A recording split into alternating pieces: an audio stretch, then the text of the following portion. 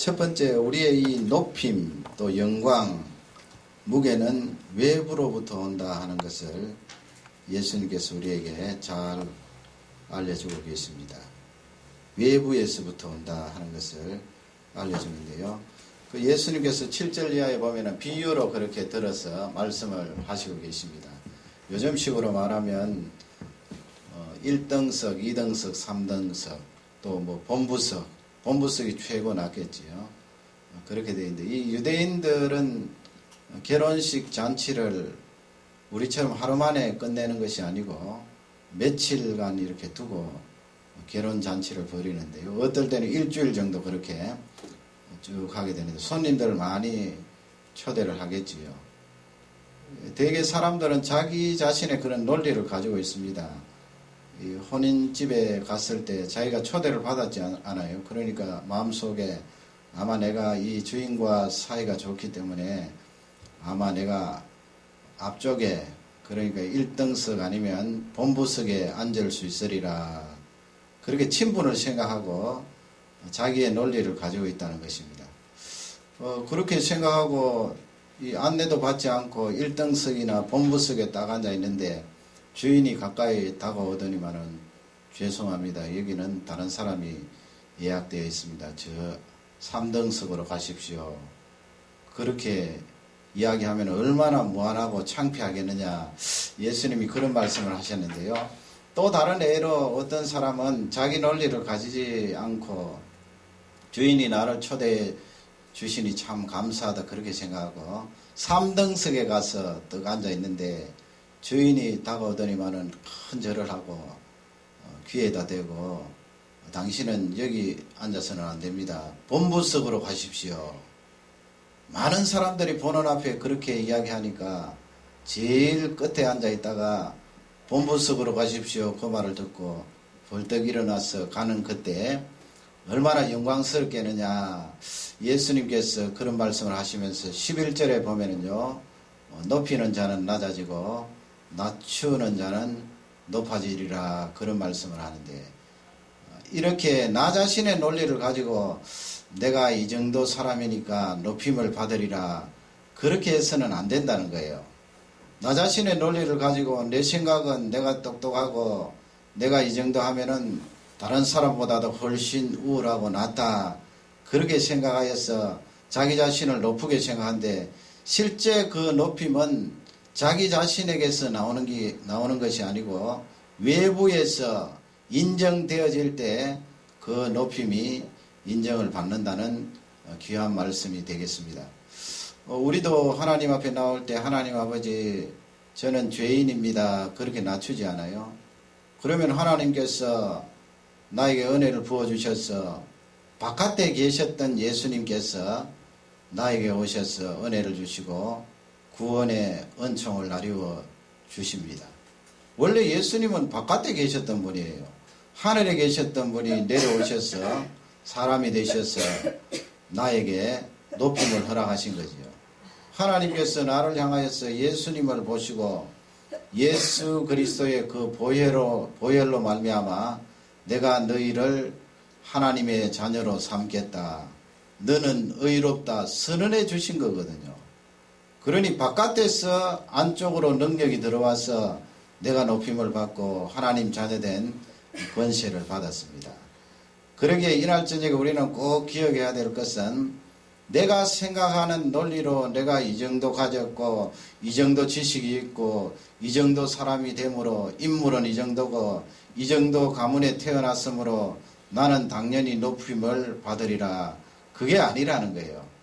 네가 높임을 받으려면 바깥에서 인정해주는 그 능력과 권세가 있어야 인정함을 받을 수 있다는 귀한 말씀이 되겠습니다. 그러기에 우리 자신은 항상 낮출 필요가 있습니다. 내가 낮아지고 내가 겸손하게 하나님 앞에 나올 때 하나님께서 나에게 높여주시는 은혜를 더하여 주시는 줄 확신합니다. 두 번째 가르쳐 주시는 말씀은 순수함입니다. 순수함. 13절 14절 말씀인데요. 우리가 순수하면은 옆에 있는 사람도 감동을 받고 하나님께서도 감동을 받으시겠지요. 가만히 계시지 않습니다. 우리가 순수하게 무엇을 하면 그 감동을 받으신 하나님께서 우리에게 은혜를 더 부어주시고 능력을 더 부어주시고 복을 주시는데요. 그 순수함이 대단히 중요합니다. 동기의 어떤 계획이나 업무나 아니면 무엇을 바라는 그런 것이 아니고 순수하게 하나님 앞에 나와서 다른 사람을 섬기고 하나님 앞에 헌신하는 것입니다. 그 순수함을 하나님께서 대단히 좋아하시는 거예요.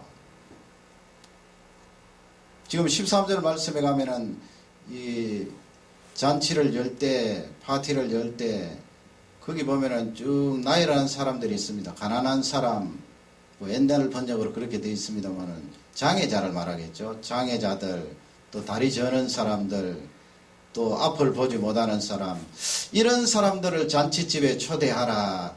그렇게 예수님께서 말씀해 주셨는데요. 대개는 여러분 우리가 파티를 열 때 그런 사람을 초대합니까? 초대하지 않죠. 예를 들면 우리가 길거리에서 자는 사람들 우리 집에 초대하려고 하면은 나와 상관이 없거니와 초대하기란 쉽지 않거든요. 그러니 우리가 이 섬기고 헌신하는 그곳에는 순수함이 좀 결여되어 있다는 말씀이에요. 더 순수하라는 말씀입니다. 뭔가 나와 연관이 있고 또 그 사람을 기쁘게 하면 나에게 돌아오는 것이기 때문에 내가 잔치집에 초대를 하고 무엇을 베푼다는 거예요. 어떨 때는 선물도 주고. 그러나 하나님께서 우리 중심을 보실 때는 순수함을 보세요.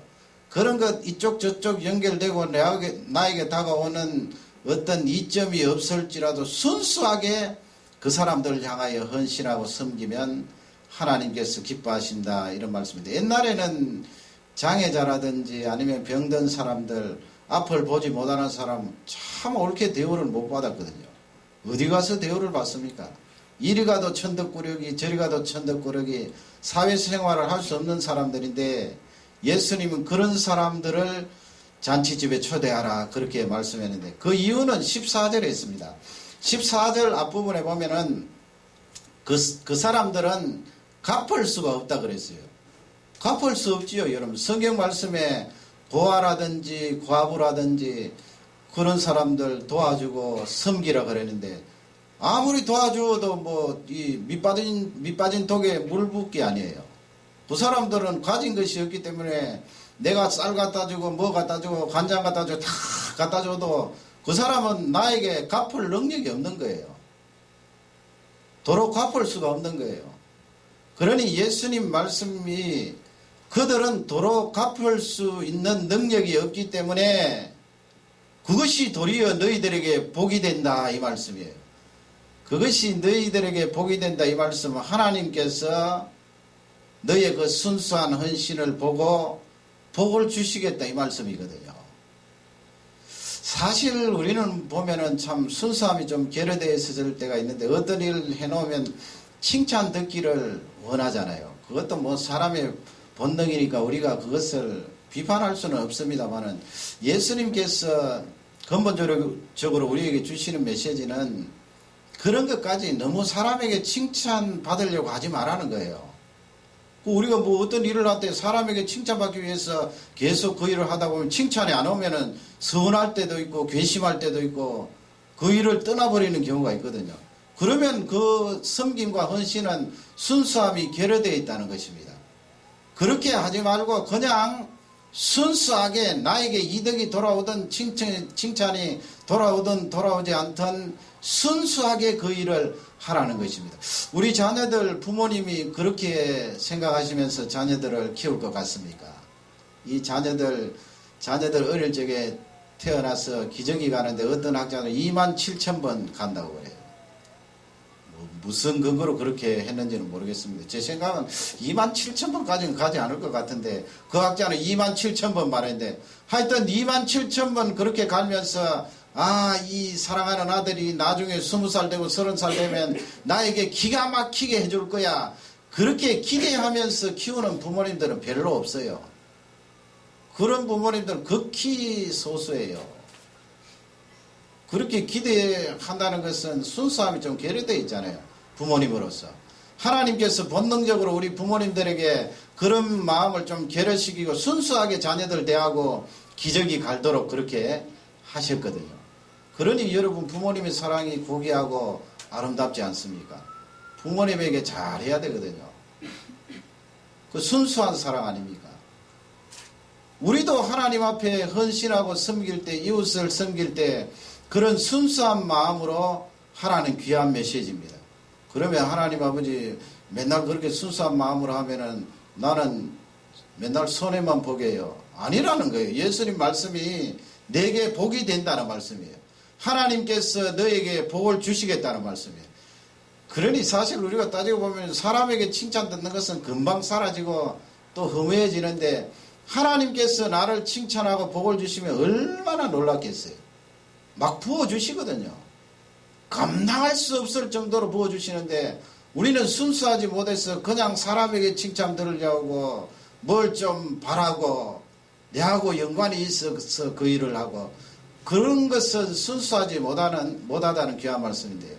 그 곽선희 목사님이 그런 간증을 하는데 그분이 왜 지난번에 천안함 침몰되었을 때 그쪽에서 그 잠수함 발전했잖아요. 황해도. 그 곽선희 목사님 고향이 옛날에 그 황해도 그 잠수함 기지 있는 거기에서 한 30분 걸으면 된다고 그랬어요. 그분이 이제 할아버지 때부터 예수님을 믿었던 가문인데 아버지는 순교하셨고요. 공산주의자들에게. 그 귀한 가문 아니에요. 그리고 할아버지는 예수님을 믿고 나서는 아주 자주 하시는 것이 무엇인가 하면 거지잔치를 했대요. 거지잔치. 옛날에는 못 살았거든요. 우리 조선이 얼마나 못 살았어요. 그때 당시만 해도 일본 사람들에게 꼼짝달싹도 하지 못하고 그냥 지배를 당하고 있던 그 시대에 거지가 얼마나 많았겠어요. 흰쌀밥 한번 먹어보는 것이 소원인 사람이 많았거든요. 그래서 이 할아버지가 부유하니까 늘 거지를 모아서 거지잔치를 했는데 마지막에 돌아가실 때 자녀들을 모아놓고 그런 말씀을 하셨어요. 내가 이제 세상 떠날 때가 되는데 세상 떠날 때가 되면은 이 거지들 잔치를 하는데 거창하게 해라. 내가 세상을 떠나서 너희들 슬퍼하지 말고 거창하게 하는데 하루가 아니고 며칠 계속해서 하라고 그랬어요. 그렇게 거지 잔치를 벌이고 있는데 이 할아버지가 하나님 나라 가셨는데요. 제가 들은 기억으로는 한 열흘 정도 했나 봐요. 그래서 그 거지 잔치 하는 중에 이 거지들이 할아버지 은혜를 생각해서 시신을 장사하고 그렇게 했다는 이야기를 들었습니다. 그러니 여러분 하나님께서 이 곽 목사님에게 은혜를 주시지 않겠어요? 여러분 곽선희 목사님 아시죠? 소망교회. 지금은 그 아드님 교회 가서 계속해서 사역하고 계십니다만 그 곽 목사님 친구분이 계셨는데 그 친구분이 월등하게 재능이라든지 머리라든지 학력이라든지 월등하게 나왔는데 이렇게 곽 목사님하고 그 친구분이 비교를 해보면은 늘 곽 목사님이 더 잘 풀리더라는 거예요. 목회를 해도 더 잘 풀리고 뭘 해도 잘 되더라는 거예요. 그 교회도 얼마나 커요. 지금은 그래서 이 대통령 배출한 교회 아닙니까? 소망교회. 그래서 이 친구분이 이 곽 목사님을 보면서 신앙이 좋았지만 마음속에 시기심이 생길 정도로 그렇게 곽 목사님을 바라보면서 하나님 앞에 기도를 했대요. 하나님 아버지 어떻게 해서 저 곽 목사는 내보다 재능도 없는 것 같고 또 뭐 신앙적으로도 내보다 특출한 것이 없는 것 같은데 저렇게 잘 되고 성공하고 앞길이 대로와 같이 열립니까 하니까 기도하는 중에 하나님께서 그 친구분의 마음속에 그런 마음을 주시더래요. 하나님의 음성이 내가 저 곽 목사에게는 주고 또 주어도 모자란다 그랬어요. 앞으로 내가 더 줘야 된다 그랬다고 말씀했어요. 더 줘야 된다. 왜냐하면 그 할아버지가 그렇게 순수하게 사람들에게 은혜를 베풀고 거지들에게 음식을 나누어주고 그렇게 사랑을 쏟아부은 것은 순수하다는 말씀이죠. 여러분 거지들이 뭐 어떻게 해서 할아버지에게 다 보상을 하겠어요. 보상받을 수 없는 줄 알지만은 쏟아부은데 그 복이 후손들에게 다 갔다는 거예요. 그래서 내가 저 곽 목사에게는 계속해서 더 주고 싶다. 하나님 말씀하셨습니다. 지금 이 말씀은 예수님이 친히 하신 말씀이거든요. 하나님 아버지 이 밤에 참 순수한 마음으로 돌아가게 해 주십시오. 내가 하나님 일한다고 하면서 내 이권과 관련되고 내가 좀 유리하고 내가 편리하기 때문에 그 일을 한다면 그건 순수한 마음이 없거든요. 순수하게 내가 하나님 사랑하기 때문에 이웃 사람을 사랑하고 이웃 사람들에게 헌신하고 순수한 마음으로 돌아가면 내가 손해보는 것이 아니고 하나님께서 나에게 은혜를 다해 주셔서 이 가문에 하나님께서 복을 부어주시고 잘 되라고 이야기도 안 했는데 그 가문이 잘 되고 형통하고 귀하게 쓰임받는 역사가 나타나는 줄 확신합니다. 오늘 밤에 이 두 가지 말씀이 기도하는데 기도의 제목이 되시기를 주님의 이름으로 축원합니다. 우리 다 같이 주여 세 번 크게 부르면서 우선 말씀을 생각하면서 기도하겠습니다.